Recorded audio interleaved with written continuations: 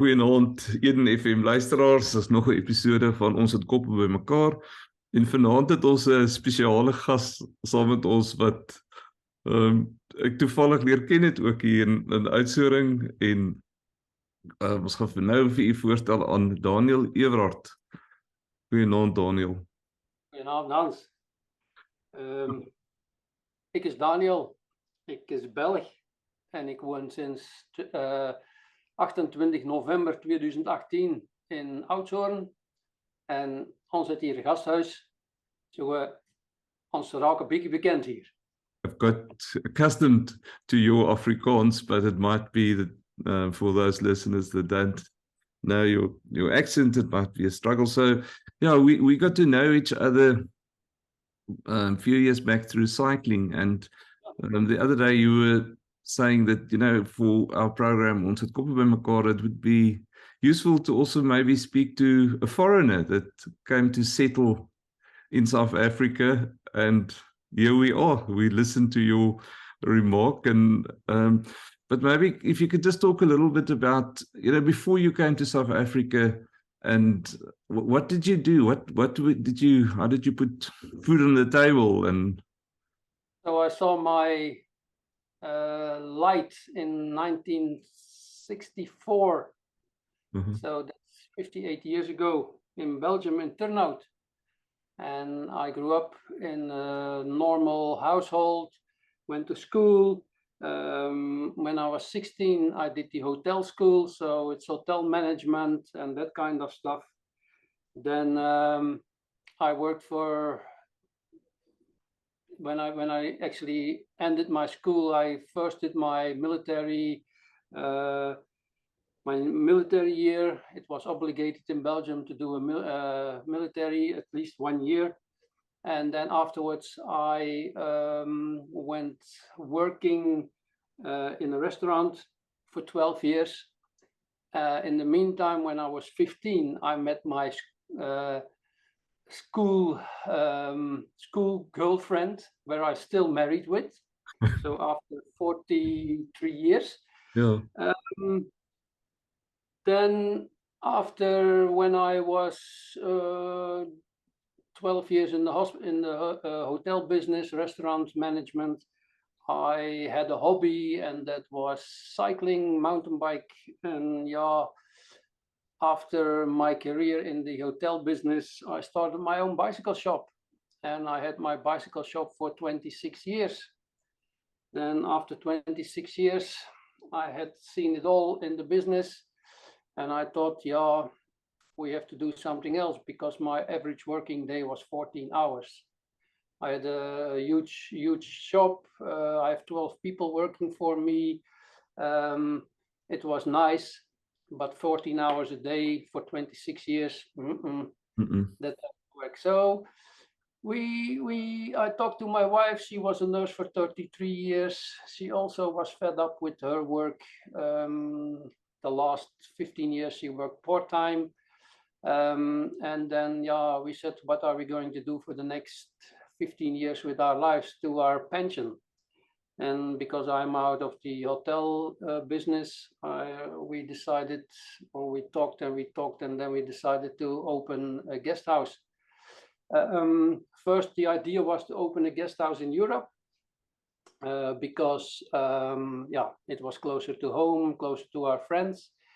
The only problem that you have if you open something in Europe, you can't afford staff, because staff is so expensive that you have to do the work, everything yourself. Now, I told Sonia, that's my wife, I told her I'm not going to work another 14 hours a day if we have a guest house, because then we can better stay at our shop. So on the other side, in 2006, I came for the first time to South Africa to drive the Cape Epic, the mountain bike race. And the Cape Epic is something like the Dakar. Once you did it once, you have to do it every year. And yeah, in 2011, we decided then, why don't we do it in South Africa? Why don't we buy a guest house in South Africa? Because the idea was to slow down a little bit in our hush-hush life. So yeah, and that's where actually our South African adventure started. I put my shop on the market. We start searching in South Africa for a guest house. The only thing was it took us 5 years to sell the business. Of course, it was not a business on the corner. It was huge. My shop was 1,000 square meters. My workshop was 430 square meters. I had a stockage place for 430 square meters. So actually it was almost 2,000 square meters in the middle of town. So it took us a few years to sell it, 5 years. And then at a certain moment, like in the beginning, you look on the internet to see what's available on the market. And yeah, in Oudtshoorn, Oakdene guest house came on the market. And yeah, nice guest house, old guest house, huge plot, nice garden. And then we said, yeah, this would be nice. Now it has to be fate, because a week later, somebody walked into my shop in Belgium and said, is this still for sale? So I said, yeah, it's still for sale. I did a guided tour with her. And then it was a lady, by the way. And then that evening, she did the first offer. And a week later, she bought my shop. And then it was actually planned to come to South Africa a week later to drive the Cape Pioneer. So we flew in. We stayed here for a night in the Oakdene guest house. And then we flew back to Belgium. And yeah, we contacted the real estate agent. He gave me all the figures. Then with Christmas, we came back and talked with the lady and the real estate guy about the business. And then, yeah, we flew back to Belgium, and the 10th of January, we bought the guest house. And now we are here. You would never probably have thought that you would end up in South Africa. No. Owning a guest house. Eh? When you started working in your bicycle shop, it's amazing when I listen to you, the coincidences in all of this. That was actually not a plan, but now we are here. We should actually do it 20 years earlier. Is it? Yeah, it is. You don't regret your decision that you've made the mistake that you should have done it earlier. Sometimes at night you wake up and then you think, oh, what did we do? But then you walk out and the sun shines and it's nice weather, and then you think, this is the right decision. Yeah. So how long did you take to tell your friends and your family that you're moving to South Africa? Did you say to them, listen, we're considering this? Or... Yeah. So the moment that we decided, that was 2011, we decided to do this. And we told our friends. The only one that I didn't tell was my parents, because they were already older. They are now 81 and 82. So 5 years ago, they were 75, 76. So I said, Sonia, I said, listen, I'm not going to tell them before we actually really know that we are going, because otherwise they are concerned, and they, you know how it goes with those elderly people. So no, everybody knew except my parents. And then, when I sold my shop, we told them. Yeah. And to my surprise, they were actually happy for us. They said, yeah, you have to do that. It would be nice. And where is it? And Chuck, and when can we come? And so, it was actually okay. So generally you got support for your decision from your family and friends. It's not that they say to you, you're crazy. No, you always have the negative comments and you have the positive comments. And also it's that people don't know how South Africa is, because even now when we have friends over that come for the first time, they always are surprised. A lot of them, especially when we told them, few of them, they said, do you have electricity? Yes and no. But do you have Wi-Fi? Do you have television? So actually the show out to Europe from Africa is totally different than the reality. So a because lot more negative than what your experiences. Yeah. yeah, the thing that we always see on television is actually the middle of Africa, Senegal, Congo, Yeah. where the wars are. That's actually the only thing that we have. The only thing that you hear from South Africa in Europe is criminality, violence. You get robbed there. But yeah, really the nice things is actually something that you don't hear. And that's something that we found out when we started the guest house. And we have now people over from Europe, friends of ours and other guests, that are actually very educated, not stupid people. And when they arrive here at the guest house, they say, this was something that we did not expect. This is totally different than we imagined South Africa. Yeah. So I mean, it's quite amazing when I listen to this that, you know, in the age of the internet where you can go look up, that we still have this sort of almost like a bias towards a negative view of South Africa.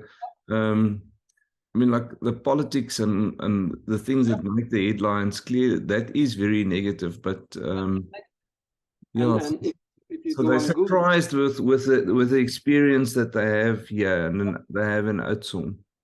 Yeah.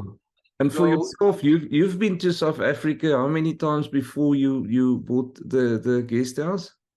I think around 15 times. 15 times. Yo. Okay, so you know, so it wasn't foreign to you. South Africa was the country that you knew. But having a business, what surprised you? What was good surprises and bad surprises, if I can, once you started the business? It was what, in November 2018, and you said that you came We over. bought actually the guest house in July 2017. And then we put the manager in for a year, because we have to get our visas ready. You get to get your containers ready. Our son was still in university, so he still have to do his last year. So we stayed actually for a year and a few months in Belgium before we came here.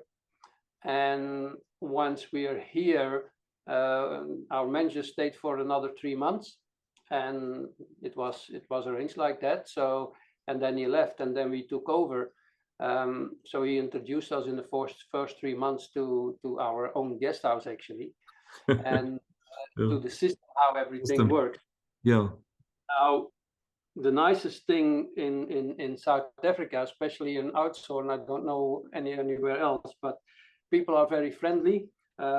Friends are helpful. Yeah, it's nice. And then, of course, the downside is, yeah, everything goes very slowly in South Africa. It's unbelievable. If you need something from the government, no, that's not Belgium. To give you an idea, before we applied for a new visa now after 3 years, and we need a new passport.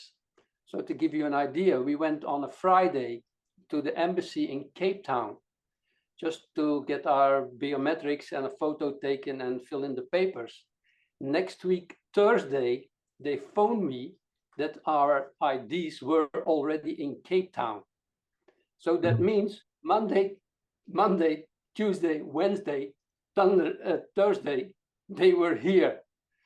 If you do this in South Africa, it's going to take you a few weeks. So the thing is, and that's something that I always tell my South African friends, we have a lot of people here that we know, and they say, yeah, we want to go to Europe, and we want to go to Europe, and this, and this, that. And then I say, oh, no, you don't know how good it is here for living. The living here is nice. You get nice weather, you got, the climate is good, the air is good. In Europe, we always say it's 8 months of bad weather, 4 months of winter.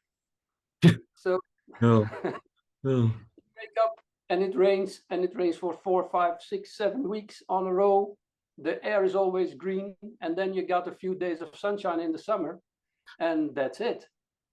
Daniel, we have to take a music break. It's nice listening to you, but I'm going to try and pronounce the Dutch correctly. Zie ik de lichtes van de scheide, Hans de Boy and Wanne's de Velde. If you can just tell the listeners a little bit about this song that you chose. So, zie ik de lichtjes van de Schelde. The Schelde it's a river, and it goes to Antwerp. Antwerp is one of the 4 biggest ports in the world, where container ports. So in the earlier days, 50, 60, 70 years ago, when sea people came with their boats back to Belgium, the first thing that they actually saw were the lights of the Schelde. Okay. So, and that was actually the moment that they came home. Zie ik de lichtjes van de Schelde. You will hear in the song. So, do I see the lights of the Schelde? Then my heart beats faster. Okay. All right, we're listening to the lights of the river. Hans de Boy, Wanne's de Velde. After the break, we continue with Ons het Koppe Bymekaar. The song that you chose is fills one with the feeling of coming home. So coming home, is Oudtshoorn home for you now? Is it possible for you to think of Oudtshoorn as home? Yeah, for me and my family, because we are here with my wife and my son. For us now, after 4 years and a half, Oudtshoorn is home. People sometimes ask me, do you want to go back? Not really. This is the life that we chose. It's the purpose of our movement to Oudtshoorn was to take it easy. In that sense, I work 14 hours a day. That was a normal working day. I already told you, and we just want to slow down a little bit because we are almost 60. So it's the age that you said, okay, now we worked enough for our age. So no, Oudtshoorn is home. Sure, and there's many people when they approach 60 that want to scale down, not work that hard, make time for maybe sport or other hobbies and things like that. Did you succeed in doing that? Can you see that between you and your wife that you spend more time on yourself than you were in Europe? So the thing is now we in the morning when we have guests, we're doing the breakfast together with our staff. When the guests leave for a day trip or when they leave to another place, then actually work stop for us. And we go out for a coffee, we go out with the dog for a walk. And then in the afternoon when we have new guests, somebody has to be here, but it has to be me or my wife. So the advantage of that is sometimes I go out for a bike ride in the afternoon or a run. And my wife, sometimes I stay at home and then my wife goes to pottery, Pilates, yoga or whatever. So for us, it's more quality of life.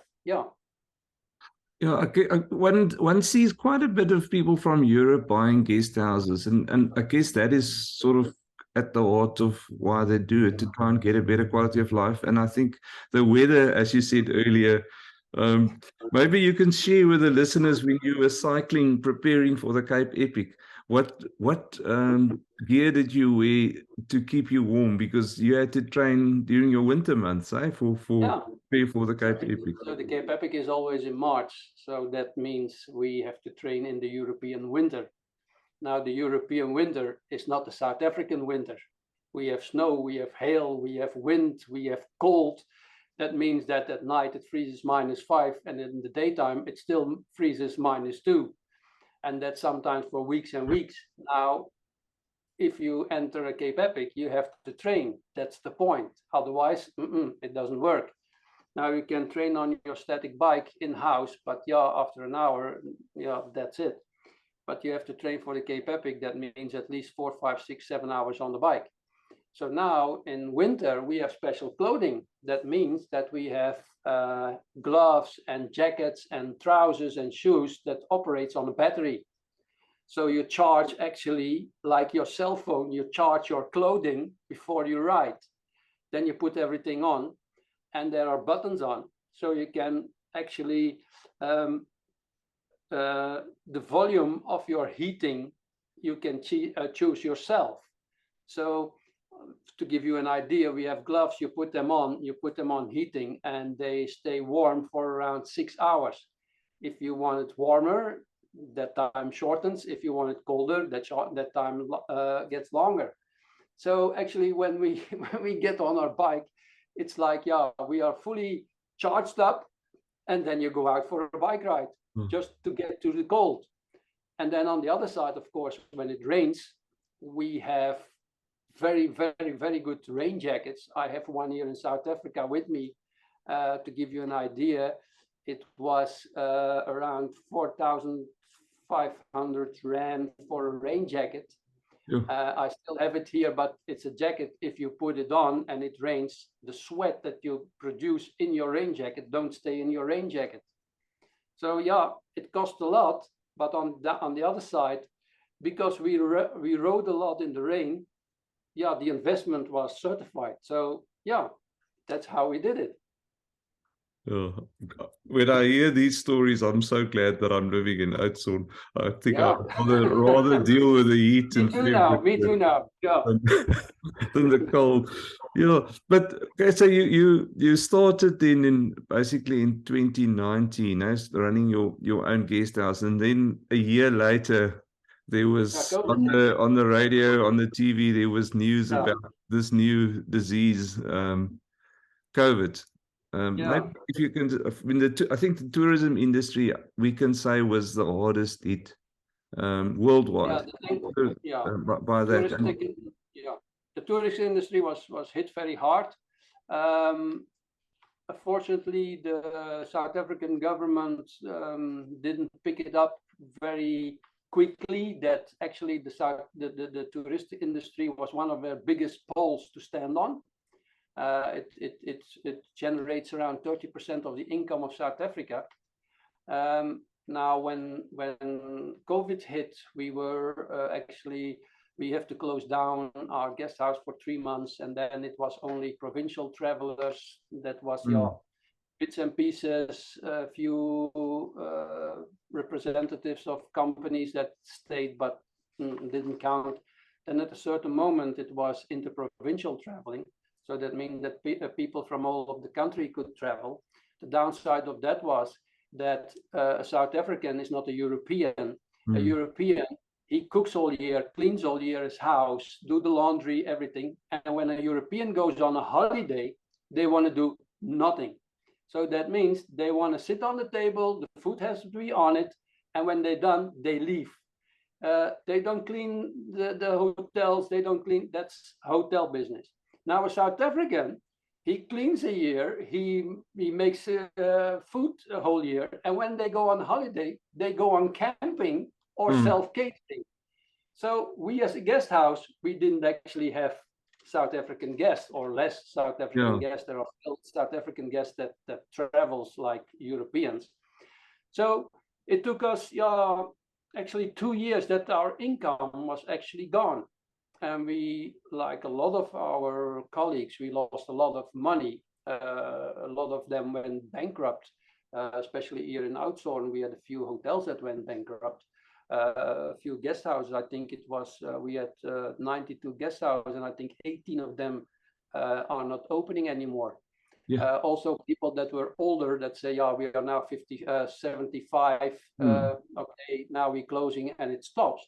But also younger people that didn't have the backup had to close and had to sell their guest houses.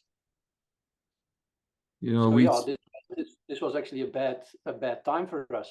And then on the other side, we get a mail from the South African government that they acknowledge that the touristic industry was a lot of money that we bring in for the South African government. And then they say, okay, we're going to support you. And we're going to support you, and we're going to give you money so that you could survive. And then on the bottom of the mail was, but you have to be 51% black owned. So now 99.9% of the guest houses dropped off. That's the thing. So yeah, it was a hard time. The tourism industry hasn't recovered. I mean, last week, I think I was listening to Minister Patricia de Lille, the new Minister of Tourism, speaking, saying there is recovery, but it's very far from recovered. Eh? Or don't know what do you notice in the industry?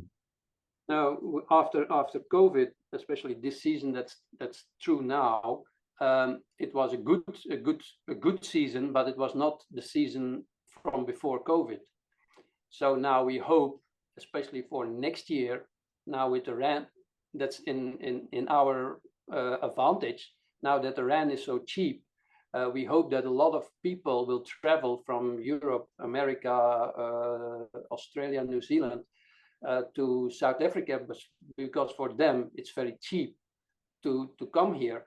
So we hope that now next season, and that normally starts around half August, end of August, would be a good season, because we are still not recovered, because it's a lot of money that we lose, and that will never come back. And we are not talking about 100,000 rand, but we talk about a lot of more. So and that money is gone. That's our savings. That's gone, and a lot of people are still struggling to get from the beginning of the month to the end of the month. Oh, that must have been super stressful, and I think for those of us that's got the security of a monthly income, it's unimaginable what it must have been like. How did you deal with that stress? Did you learn something from that? Yeah, the only thing is that you can let it come like it is and try to live it through it, and be a little bit on your money. That means you have to put your geysers off, you have to put your night lights off, everything that's working, that normally works but not necessary, you turn it off. Try to be on your mileage with your car. Do we need to go to George? Yes or no? Otherwise you say, no, we go to George just for the fun. No, now it's okay. Are we going or are we not going? So it's figuring out how can we get our budget under control. But on a personal and emotional level, what did you do to cope with that stress? How did you do that part? Yeah, that's another thing. Sometimes you make I argue with Sonia, with my wife, about things that actually doesn't matter. But that was in that heat of the moment, because that's how it is. You start picking on other people because something you can't do anything about it. So it's a kind of stress level, a kind of it's what it is, and the problem is worldwide. So it's not that it's just South Africa. No, it's worldwide. So you can't do anything about it. And now afterwards, if you hear that it's from the most people, scientists, that say, it just was a joke, then you think, thank you for the joke. I think the increase in reported suicides and so on across the world and so on, it's probably linked to the impact of that stress of COVID. So something that I would really like to hear from you, Daniël, is you speak to your tourists, your guests, and what do you hear? What do they enjoy about Oudtshoorn and the garden route, with our program being broadcast on Eden Province, or Garden Route Province? What do you notice? What do they say? I came here for this, but this is what I actually enjoyed. I just want to get a little bit of an idea about what you hear. Especially Europeans, they come here and they don't have expectations. They know about Cape Town. Cape Town is a thing, and Cape Town. And then they know something about the garden route, and they know something from the winelands, and that's it. But then they come here, and then what we always hear from them is the openness of the country. Because we in Europe, we don't know that. So we live in a town, and the next town is 15 kilometers further. That's your next town. And then 15 kilometers after that, there's another town. So for us, it's all close, close, close. Now here you come and you drive with your car for 3 hours and you don't see anything. So that means for us, the openness, the landscape, that's always a thing that people say. It's unbelievable how big this country is. Now, to give you an idea, because a lot of listeners don't actually thought about that, but if you just take South Africa and you put it on Europe, then you don't see a Europe anymore. To give you an idea how big South Africa is. Now, I'm from Belgium, and Belgium fits 42 times in South Africa. Yes. So, in perspective, it's actually huge. Now, and if you see, there are 63 or 65 million people living in South Africa. That means that actually, if you take France and Germany together, and you take that population, that's actually what lives in South Africa. So we are widely spread, and people are always surprised of how big it is, how open it still is, how huge spaces that there still are that not are built on. So that's the thing. And then of course, because we don't have lions, and we don't have giraffes, and we don't have other animals except in a zoo. That's also the very nice thing about people here. They say, still, like in Kruger, people, animals are still roaming freely. That's actually the thing that we always hear from. And then of course, people, to give you an idea, when you walk out of the door here, and a random black-collared or white guy you meet, and in the morning they say, "Hi, good morning, more." In Europe, we don't talk to each other. We don't do that. So for us, it's strange that everybody talks to everybody. It's something that we in Europe don't know. The thing from that is that, to give you an idea, you go to work in the morning when it's still dark, because in the winter it's dark until 9 o'clock in the morning, and then 4:30 in the afternoon it's getting dark again. So you go to your work in the dark, and you come back in the dark. And actually, the thing is, you know your neighbors, but the neighbors from your neighbors you don't know, because you don't see them. Yes, sir. That's totally different than here. Yeah. Yes, so Donald, interesting listening to you. Let's the next song, if you can. Och, was ik maar, Johnny Hoes, Nick and Simon. What is we don't know your songs. Just tell us a little bit about this song. So, Och, was ik maar, that's a song about a guy who falls in love with a girl, and it goes a bit wrong, actually. So he said, ach, was ik maar bij moeder thuis gebleven. So was I actually stayed with my mother at home, I didn't have all this bullshit with you. That's actually where it's all about. So it's Johnny Hoes who sings it. It's a Dutch guy. You have something similar here in South Africa. It's the guy that sings ik wil naar huis toe. Ik wil naar wil huis toe gaan, naar mama toe. Okay. Mama toe. So it's actually it's universal. Song. It's a universal longing for us men.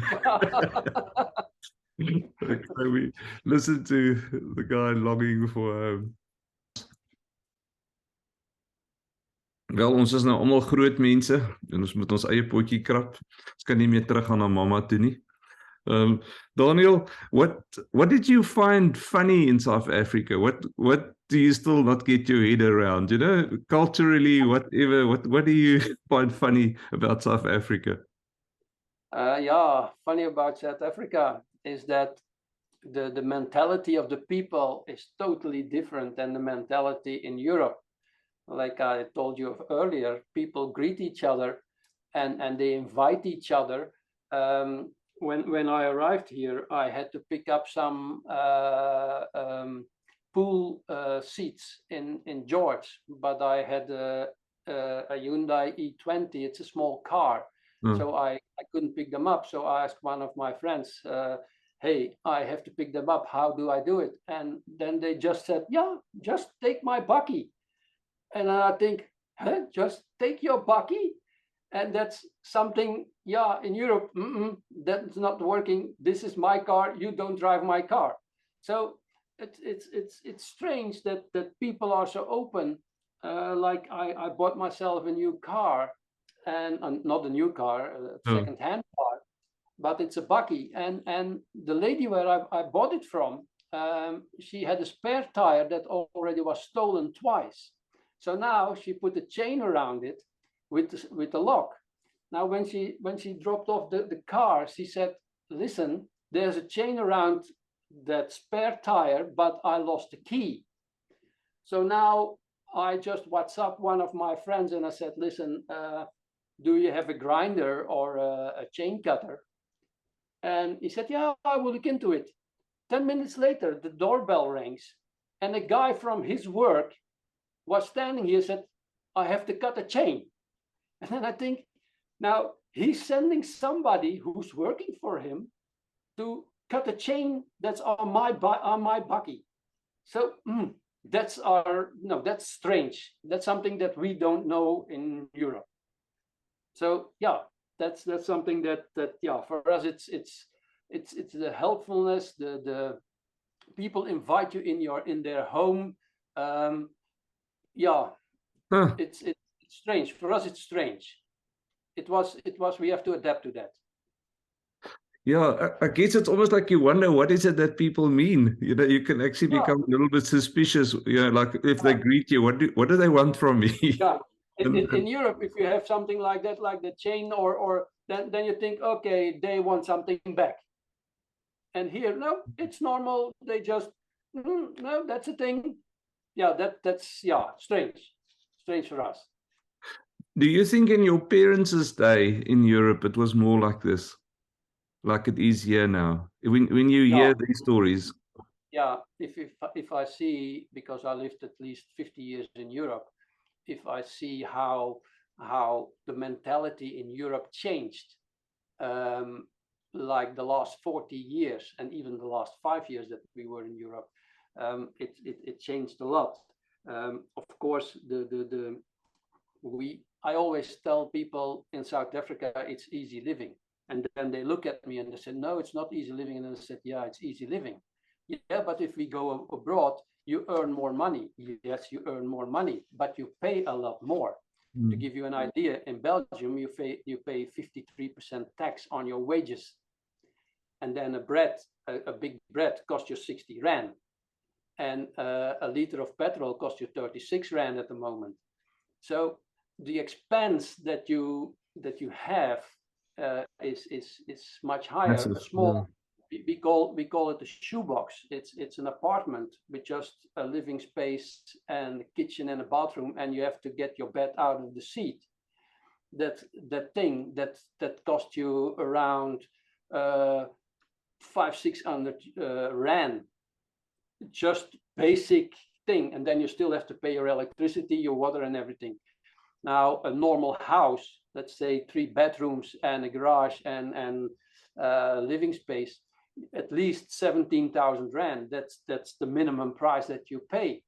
So now people say, yeah, we want to go to Europe. Then I always say, oh, take your money with you, because you're going to need it the first month, especially if you don't have a job. And then the thing is that everybody is starting off. The other thing is that we have a lot of refugees. Now the refugees, I always said, yeah, the refugees, they will flee for something. But then the European Union, they take them all in, and they give them a wage, kind of a wage that they give. And they get it from the moment that they come in. Now, people like Belgians that live there and are in the same situation, they have to wait for 3-4 months before they got money.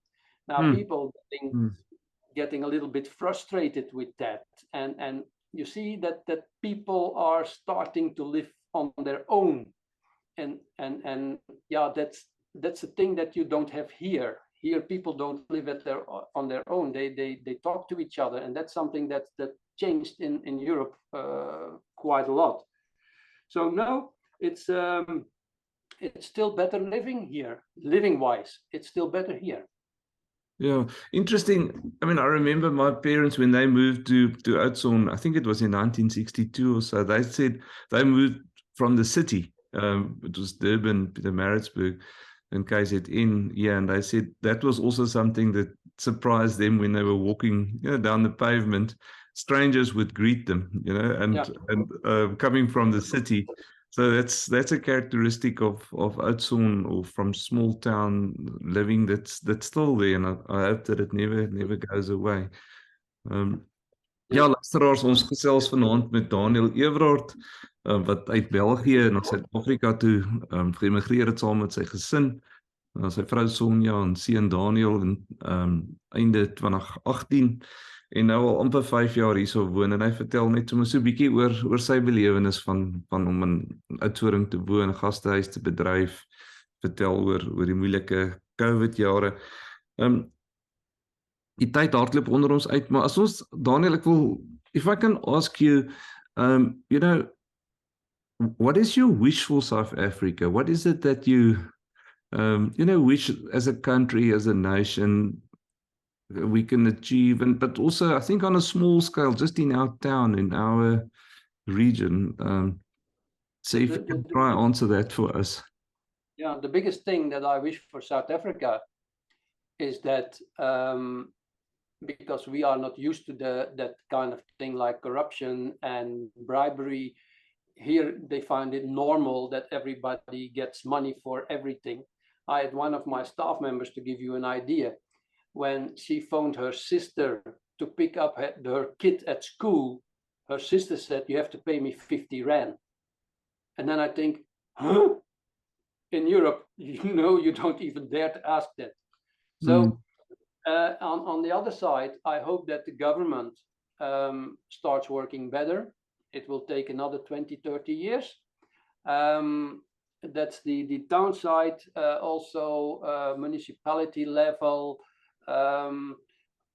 Coming from Europe, you're used to everything by your computer. You put your ID card in, your birth certificate, passports. You have it in 2 days.